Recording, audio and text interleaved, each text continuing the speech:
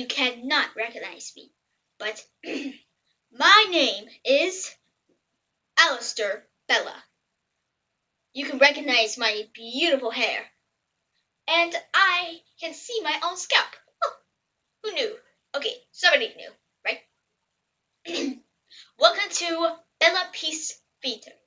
Tonight will be a special story that would make you happy, sad, angry, disgusted, and fierce, and sad, super sad, but super happy at the same time.